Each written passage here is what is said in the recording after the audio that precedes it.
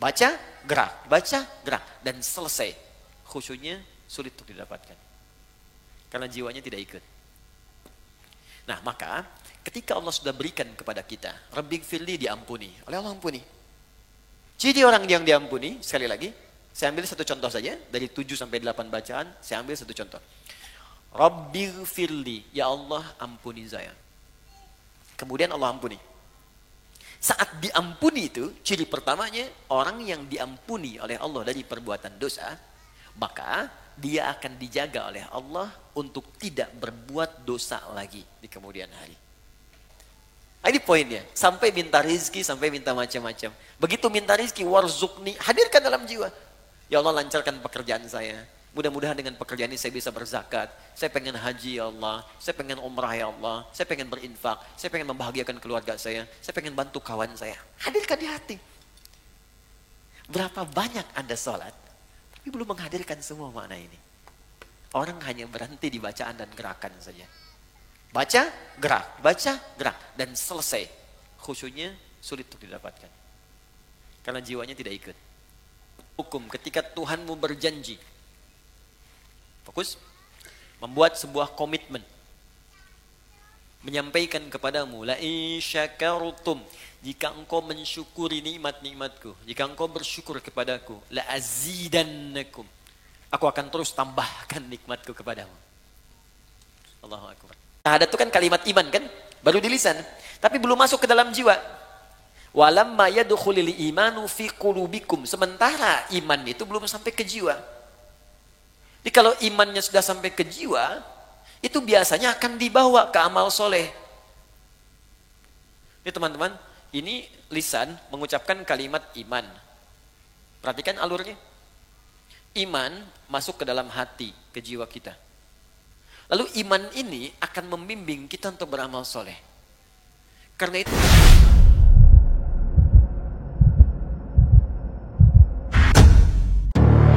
setiap Anda menemukan kalimat iman dalam Al-Quran, pasti setelahnya amal soleh.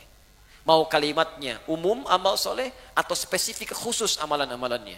Quran surah 103. Wal asr, innal insana lafi, illa alladhina iman wa amilus solehat. Detilnya apa? Contoh detil. Ada yang sifatnya ibadah. Al-Baqarah ayat ketiga sampai ayat yang kelima itu. Baik, saya baca dari ayat kedua. Dzalikal kitabul la raiba fihi hudal lil muttaqin. Ayat 3-nya, alladzina iman. Setelah itu wa yuqimunas shalah, dibawa dalam salat. Makanya orang-orang yang salat dengan imannya, maka bukan sekedar dia mengucapkan kalimat di lisannya, hatinya mengikuti. Karena iman ini sampai ke hati tadi. Jadi begitu lisan mengucapkan, hati kita meresapi. Itu yang cenderung membawa kekhusyuan. Jadi kalau hatinya nggak ikut, susah khusyunya. Misal, bagaimana untuk menghadirkan kekhusyuan itu, kita paham yang kita bacakan. Lalu kita sertakan penyertaan di jiwa. Misal, kita baca tadi, Rabbighfirli, ya Allah ampuni aku. Logika sederhana mengatakan, orang yang minta ampun itu, artinya punya salah kan? Gak mungkin orang minta ampun kalau gak punya salah. Oke, saya mau tanya pada Anda, siapa yang tidak punya kesalahan? Boleh angkat tangan. Saya pulang. Oke, yang salahnya sedikit. Yang banyak. Oh, saking banyaknya kita susah ngangkat kan? Berarti ngaku kan? Kalau mau dirunut lagi, maaf. Berapa banyak kesalahan yang pernah kita lakukan pada orang tua? Tolong adil dan jujur pada diri kita. Berapa kali kalimat di lisan kita menyakiti ibunda yang pernah mengalirkan air mata? Berapa kali ayah pernah kecewa dengan kata-kata kita? Dari masuk ke rumah tangga, berapa kali lisan Anda menyakiti istri? Berapa kali istri kalimat dan gerak-geriknya menyakiti suami? Dan Anda masih mengharapkan surga? Terus Anda mengharap ridha Allah, sementara Anda sendiri buruk kepada orang tua. Kata Nabi, ridha Allah itu tergantung pada ridha orang tua. Ridallahi fi ridal walid. Nah sekarang, ketika Anda mengucapkan kalimat Rabbighfirli, ya Allah ampuni aku, maka bagaimana rasapan jiwa yang kita hadirkan? Diajarkan oleh para ulama, hadirkan perasaan salah itu. Minta ya Allah, saya salah kepadamu ya Allah. Kau panggil sholat, saya lambat-lambatin. Kau minta zakat, saya belum kerjakan. Ya Allah, saya salah ya Allah pada ibu saya. Bahkan saat akan sholat saya menyakitinya. Ya Allah, saya salah pada ayah saya. Mungkin karena ini pekerjaan saya menjadi sering terhambat. Ya Allah, saya salah pada anak saya, ya Allah. Mungkin karena perilaku saya dia sering tawuran. Mungkin karena saya dia kena narkoba. Mungkin karena saya, ya Allah, dia jauh dari kekuatan. Minta. Ini hadirkan. Ini kalau cuma di lisan, di jiwanya nggak ada, susah khusyuannya muncul. Warhamni, ya Allah, sayangi saya. Makanya kalau orang disayang oleh Allah, selesai sholat, dia menjadi penyayang. Karena dijaga oleh Allah. Nggak ada lisan, nggak ada kasar, tangan nggak ada kasar, terjaga. Nah, ini poinnya. Sampai minta rizki, sampai minta macam-macam. Begitu minta rizki, warzukni, hadirkan dalam jiwa. Ya Allah, lancarkan pekerjaan saya. Mudah-mudahan dengan pekerjaan ini saya bisa berzakat. Saya pengen haji, ya Allah. Saya pengen umrah, ya Allah. Saya pengen berinfak. Saya pengen membahagiakan keluarga saya. Saya pengen bantu kawan saya. Hadirkan di hati. Berapa banyak Anda sholat, tapi belum menghadirkan semua makna ini. Orang hanya berhenti di bacaan dan gerakan saja. Baca, gerak, dan selesai. Khusyuknya sulit untuk didapatkan. Karena jiwanya tidak ikut. Nah, maka ketika Allah sudah berikan kepada kita, Rabbighfirli, diampuni. Oleh Allah ampuni. Jadi orang yang diampuni, sekali lagi, saya ambil satu contoh saja. Dari 7 sampai 8 bacaan, saya ambil satu contoh. Rabbighfirli, ya Allah ampuni saya. Kemudian Allah ampuni. Saat diampuni itu, ciri pertamanya, orang yang diampuni oleh Allah dari perbuatan dosa, maka dia akan dijaga oleh Allah untuk tidak berbuat dosa lagi di kemudian hari. Misal, maaf sekali, ada orang yang matanya mudah melihat hal-hal yang salah. Gambar yang tidak dibenarkan, video-video yang tidak tepat misalnya. Maka dia bertaubat, ya Allah ampuni saya. Ketika diampuni, maka matanya akan dijaga oleh Allah untuk memandang maksiat. Dijaga. Ada yang tidak senang, begitu kemudian melihat, dia palingkan. Dia istighfar. Bahkan kemudian, mohon maaf, begitu mendengar ada berita tentang gambar yang tidak enak pun dia nggak mau lihat. Saya nggak mau ah. Itu tandanya dosa di mata itu sudah dihilangkan. Dosa di kaki, pernah melangkah pada perbuatan maksiat. Ketika diampuni di kaki ini, maka ini akan dijaga. Melangkah kepada maksiat itu berat. Tangan, ya, ujung kepala sampai ujung kaki. Jadi kalau sudah dijaga dari perbuatan maksiat, artinya orang ini sudah mendapatkan ampunan dan penjagaan dari Allah Subhanahu wa taala. Nah, kalau sudah dapat seperti itu, maka apa yang mesti kita kerjakan terhadap Allah adabnya? Oke, saya berikan contoh begini. Saya beri Mas Wisnu misalnya permen. Oke. Oh, mau permen apa coklat? Oh, permen, oke. Saya beri, antum ucapkan apa? Sama-sama. Oke. Saya beri Mas Dimas permen. Afwan. Ini bahasa Indonesia, dia udah lupa dipakai bahasa Arab kan? Afwan. Baik, lihat sini. Saya ucapkan, saya berikan, terima kasih kan? Terima kasih, terima kasih. Dia terima, dia kasih. Saya berikan permen, dia ucapkan terima kasih. Artinya, ada kecenderungan seseorang yang ketika memberi sesuatu, maka akan direspon dengan kalimat baik untuk mengucapkan terima kasih. Ya kan? Oke. Sekarang, kita memohon kepada Allah. Perhatikan baik-baik. Ya Allah, ampuni dosa saya. Lalu kita diberikan oleh Allah jawaban. Saya ampuni kamu. Jelas?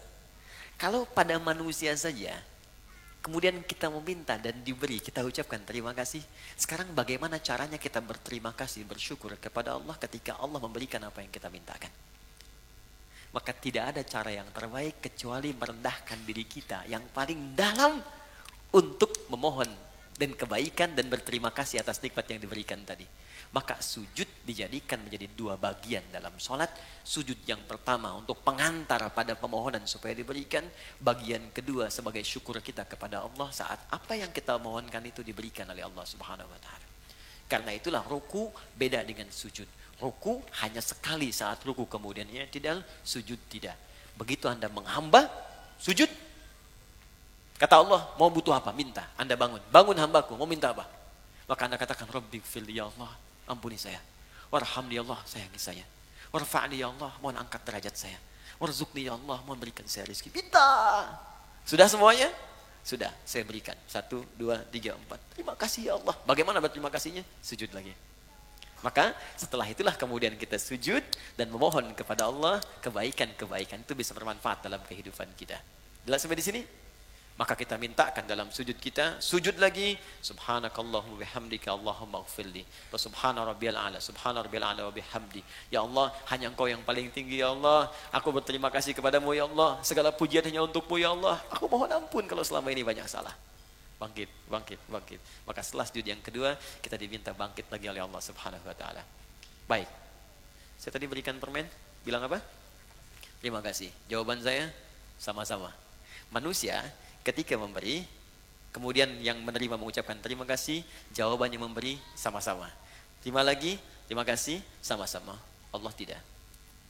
Begitu memberi kepada kita, kita ucapkan terima kasih ya Allah. Kata Allah, mau apa lagi? Mau ini ya Allah, terima kasih ya Allah, mau apa lagi? Setiap kita bilang terima kasih syukur, maka Allah akan tambah. Turunlah Quran surah ke-14 ayat ke-7. La in syakartum la azidannakum. Quran surah ke-14 ayat 7.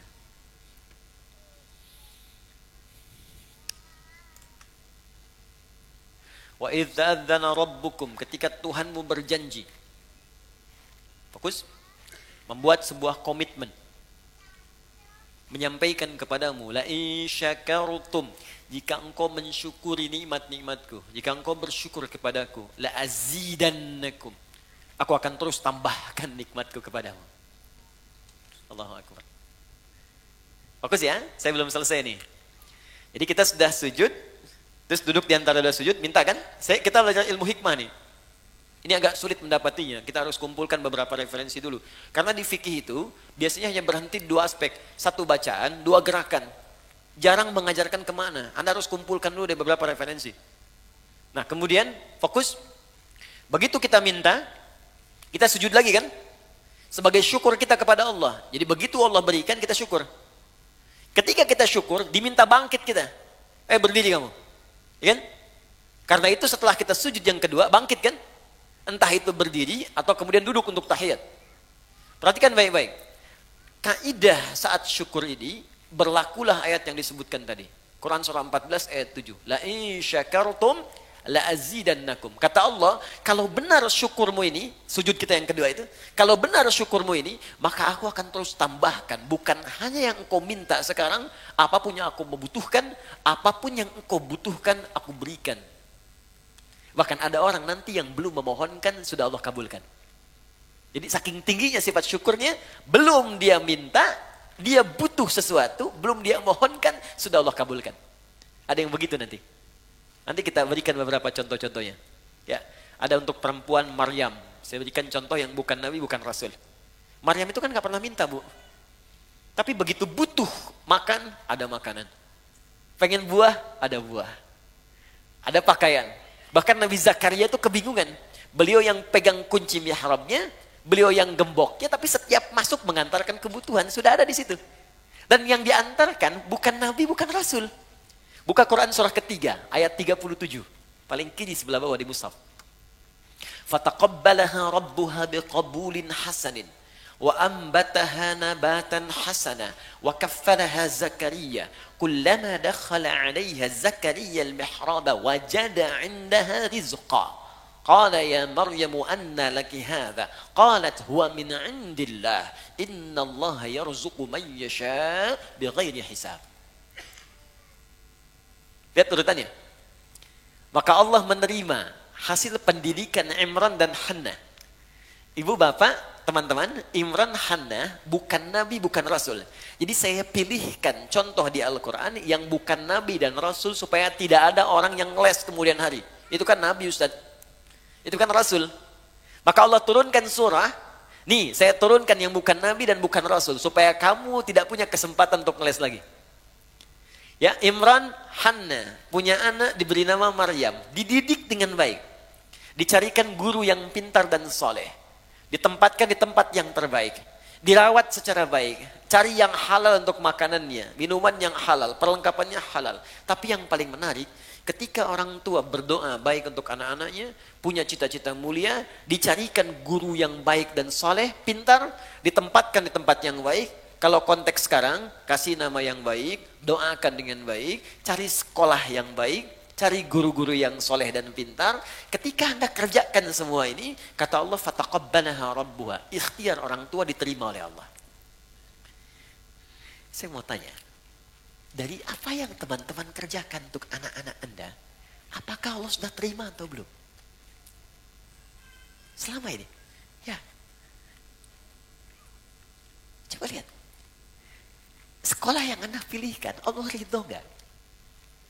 Makanan yang Anda berikan kepada anak, Allah ridho enggak? Pakaian yang Anda belikan untuk anak-anak, Allah ridho enggak? Dan itu teman-teman akan berdampak. Ridhonya Allah kepada pendidikan anak, ridhonya Allah kepada perawatan anak, itu bisa berdampak pada sikap anak terhadap orang tua. Makanya ketika Allah ridho kepada Ismail, ketika Ibrahim mendidiknya, Ismail membalas kepada ayahnya. Bagaimana balasannya? Ketika ayahnya bekerja, beliau pengen bantu. Ayah mau meninggikan Ka'bah, bawa batu. Itu Ismail masih usia 45 tahun. Pengen bantu, Bu. Pekerjaan berat. Jadi punya rasa. Jadi ketika orang tua memberikan yang terbaik kepada anaknya dan diikuti petunjuk Allah, maka Allah akan tanamkan rasa sayang yang dalam pada anaknya. Bahkan ia rela mengorbankan tenaga dan jiwanya untuk pekerjaan dan meringankan bapak ibunya. Jadi begitu akan meninggikan bangunan Ka'bah, Quran surah kedua ayat 127, Ismail datang. Wa idh yarfa'u Ibrahimul qawa'ida minal baiti wa Ismail. Ingatlah ketika Ibrahim sedang membawa batu untuk meninggikan bangunan Ka'bah, memijak. Pijakan pertama disebut makom. Sampai sekarang ada makom Ibrahim. Tiba-tiba di sudut yang lain datang Ismail membawa batu. Usia masih 45 tahun, belum dewasa. Dia mengatakan pada bapaknya, kalau bahasa kita, Pak, boleh nggak saya bantu? Anak kecil. Sekarang ketika Anda bekerja, adakah anak kemudian berkata, Papa, saya aja yang bersihin mobilnya. Mama, saya aja yang bikinin tehnya. Atau jangan-jangan anak yang pakai mobil Anda yang cuci. Dan kita tidak bisa menyalahkan. Kata Quran, jangan salahkan anak dulu. Kembalikan pada diri kita. Apa yang sudah Anda berikan pada anak-anak sehingga mereka tidak peka pada orang tuanya. Anak itu bersih, dia kosong, ingin diisi apa? Isi Mentos, ada Mentos. Saya sering masukkan tangan ke kiri, bukan karena ingin masukkan ya Pak Ibu, bukan. Karena saya nyimpen coklat di sini. Saya suka berpikir ada anak kecil ya, makanya saya masukkan coklat. Saya simpan sini ya. Baik. Jadi bahkan ketika mimpi pun, Quran surah 37 ayat 102 sampai 107. Bapaknya cuma mimpi. Inni ara fil manami anni azbahuka fanzur madza tara. Duhai anakku, papa bermimpi menyembelih engkau. Dalam mimpi menyembelih. Maka bagaimana pendapatmu? Sudah mulai dewasa. Ini menunjukkan kata Al-Quran, kalau anak sudah mulai dewasa, maka kurangi sayang-sayang, kurangi perintah, jadikan dia teman. Dia ada 3 tahapan di Quran. Kalau masih kecil, perbanyak sayang. Sayang, sayang, sayang, sayang, sayang. Sudah mulai agak besar, SD ke SMP, kurangi sayang, masukkan perintah. Itu manhaj Quran, nanti ayatnya banyak. Sayangnya kurangi, perintah masuk. Sebab kalau sayang terus datang, nanti manja. Begitu diperintahkan, manjanya muncul. Dikurangi manjanya, masukkan perintah. Kalau sudah semakin dewasa lagi, SMP mungkin kelas 3, SMA kelas 1 naik, maka jadikan dia teman. Perintah kurangi, manja kurangi, sayang tetap dia adakan, cuman jadikan teman. Ajak sebagai teman diskusi. Kalau diperintahkan, dia bisa balikin, sebab nalarnya sudah mulai matang. Nah, ayo sholat, bapak aja belum siap-siap. Dan mulai muncul. Nah, Ibrahim mengajarkan, nak, bapak mimpi menyembelih kamu, bagaimana pendapatmu? Apa jawabnya Ismail? Ya abatif al-matu marpah, kerjakan sekarang yang diperintahkan. Saya yakin karena bapak Nabi mimpinya pasti benar. Kerjakan sekarang, jangan tunda. Insya Allah engkau akan dapati aku sabar dalam mengikuti itu semua. Jangankan tenaganya, nyawanya pun ia siapkan untuk meringankan beban pekerjaan orang tuanya. Deh, kembalikan ke Maryam tadi. Ya, jadi ketika dirawat dengan benar, apa yang diberikan? Kullama dakhala 'alaika ahliya Zakaria al-mihrab. Setiap Nabi Zakaria masuk ke mihrabnya, tempatnya Maryam, wajada 'indaha rizqa. Semua sudah ada. Makanan ada, buah-buahan ada, minuman ada, pakaian ada. Bingung Nabi Zakaria. Qala ya Maryam wa anna laki hadza. Maryam, saya pegang kuncinya. Kenapa ada di situ semua? Dari mana semua ini masuk? Apa jawabannya? Qalat huwa min 'indillah. Kata Maryam, semua dari Allah. Tuh teman-teman, Bapak Ibu. Jadi kalau ada anak dari kecil yang didengarkan padanya kalimat-kalimat baik, Allah, astagfirullah, alhamdulillah, masya Allah, subhanallah, maka lisan itu akan terbiasa mengucapkan kalimat itu di kemudian hari. Tapi kalau Anda suntikkan kalimat-kalimat yang kotor, tayangan-tayangan yang tak baik, maka itu yang biasa keluar nantinya. Makanya ada anak kecil diajak ke dokter, itu yang kalimatnya istighfar. Mau disuntik, astagfirullah ya Allah, astagfirullah ya Allah, astagfirullah. Itu yang keluar itu. Ya Anda ajarkan tayo, ya keluarnya tayo. Ya. Anda ajarkan robot, ya keluarnya robot. Nah, itu gambarannya. Jadi ketika kita kemudian sujud yang kedua bersyukur kepada Allah, kata Allah, kalau benar syukurmu, aku akan tambahkan di luar apa yang telah kamu bacakan tadi. Di luar rabbighfirli, warhamni, wajburni, warfa'ni, warzukni, wahdini, wa'afini, ataupun wa'fu anni. Di luar 7-8 itu, Allah akan tambahkan apa yang kita butuhkan dalam kehidupan. Tanpa bahkan kita memintanya. Nah, saya mau berhenti di titik ini.